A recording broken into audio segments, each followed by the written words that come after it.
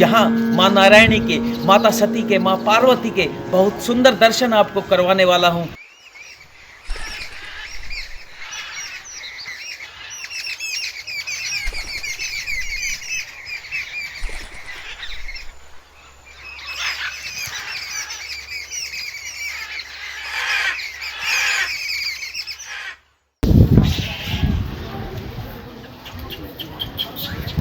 भैया प्रसाद कितने का दिया?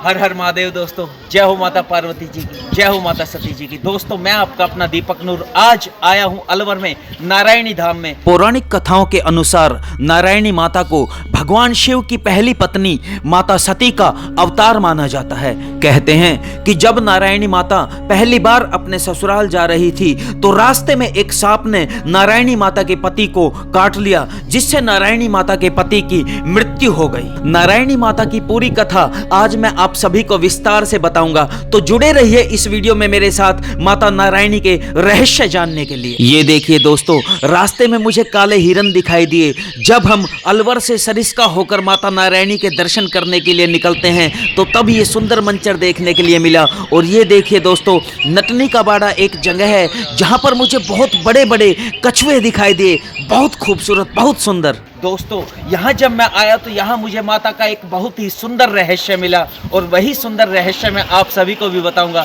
लेकिन उसके लिए आप बने रहिए इस वीडियो में मेरे साथ, आपको मजा आने वाला है। जय हो नारायणी माता की। पौराणिक कथाओं के अनुसार बताया जाता है कि मोरागढ़ निवासी विजयराम के घर उसके विवाह के काफी वर्षों बाद तक कोई संतान उत्पन्न नहीं हुई। विजयराम और उसकी पत्नी रामवती ने भगवान शिव की कठोर तपस्या की, जिस तप की वजह से उनके घर में एक पुत्री करमेती का जन्म हुआ, जिसे आज नारायणी माता के नाम से जाना जाता है। बताया जाता है युवा अवस्था में करमेती का विवाह राजौरगढ़ में गणेश के पुत्र कर्णेश से हुआ। कहते हैं कि विदाई के बाद जब नारायणी माता अपने ससुराल के लिए जा रही थी तो उस समय उपयुक्त साधन ना होने की वजह से उन्होंने अपने पति के साथ पैदल यात्रा शुरू कर दी। भैया एक प्रसाद मुझे भी दो।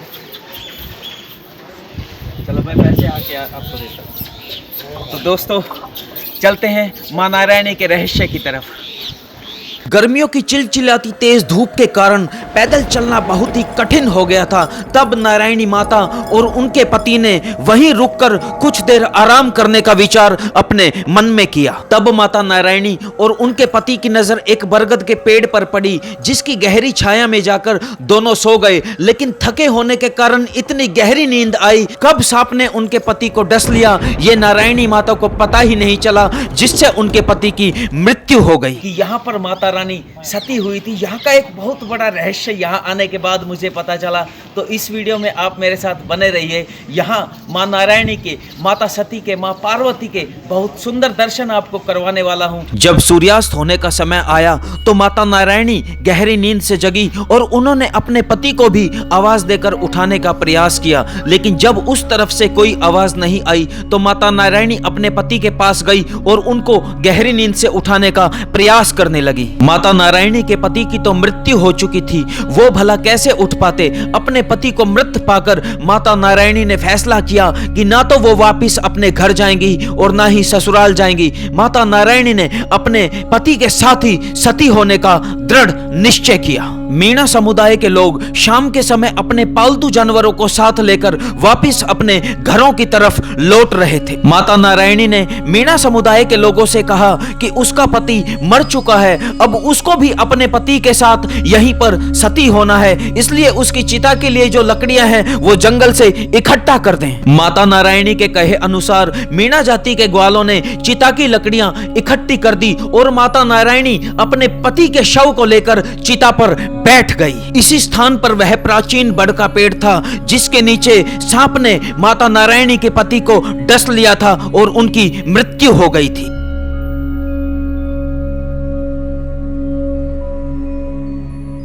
कहते हैं कि जब नारायणी माता अपने पति का शव लेकर चिता पर बैठी तो चिता में अपने आप अग्नि प्रज्वलित हो उठी और आकाश में से आकाशवाणी हुई और कहा कि हे गवालो, तुमने मेरी सहायता की है, इसलिए इस सहायता के बदले जो भी तुम मुझसे मांगना चाहो मांग लो।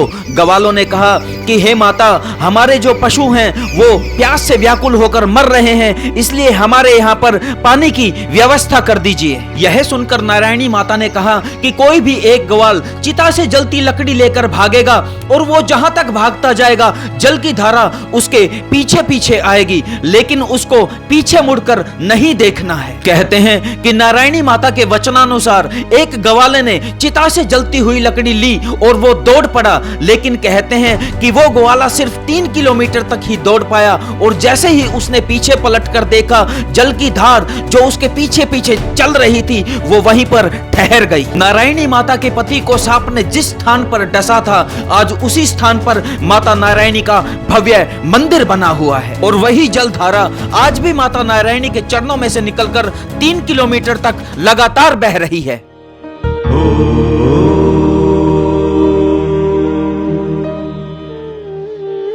इस जल की सबसे बड़ी विशेषता तो यह है दोस्तों कि यह पानी जितनी सर्दी होती है उतना गर्म हो जाता है और जितनी गर्मी होती है उतना ही यह पानी ठंडा हो जाता है।